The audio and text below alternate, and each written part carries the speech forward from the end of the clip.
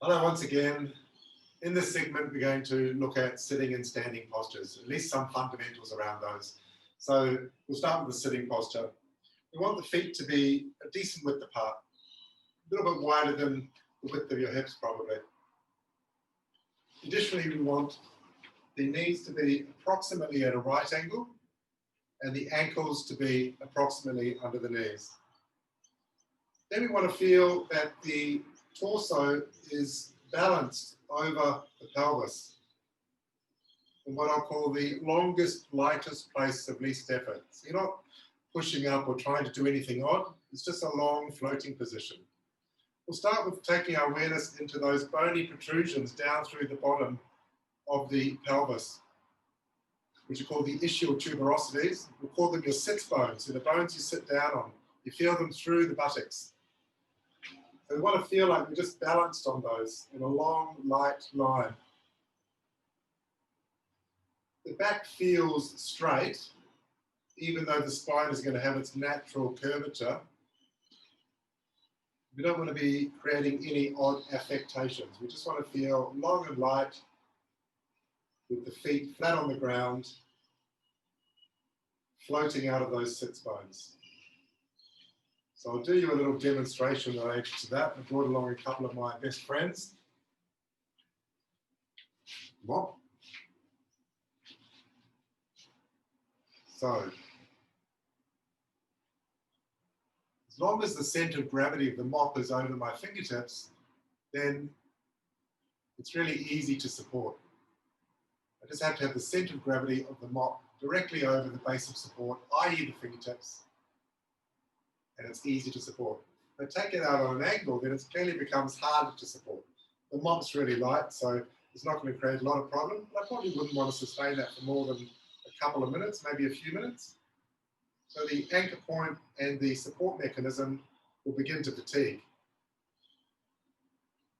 Now, if we extrapolate that out a little bit further with something a little bit heavier, my other friend, this little stool. So it's significantly heavier than the mop and more awkward, but still, if I get the center of gravity of the stool over the base of support, which is my fingers, then it's relatively easy to support.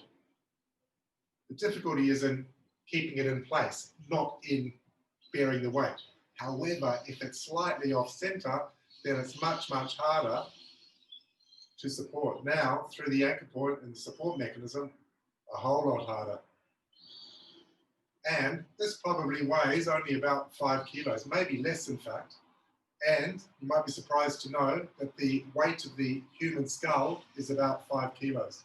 So if we are slightly off center, for example, with the head or the torso somehow, we're putting a lot of strain down through the support mechanism, just as was the case with my arm through the anchor point and the support mechanism. So, in addition, to help us find that correct place for the torso, I'm just going to get you to dig your fingers into your groin. And then keeping the back straight, we pitch back a little bit and forward a little bit. Now you've got to move your fingers around until you feel that big cord of muscle pop up as you pitch back. That's your hip flexors.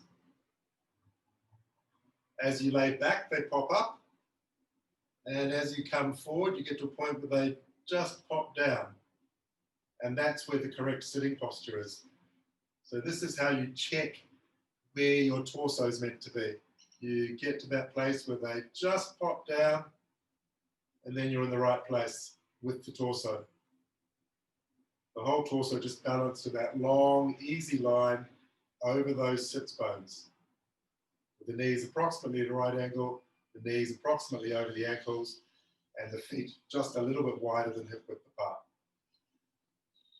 So, in the standing posture, we just transfer all of that onto the feet as the base of support.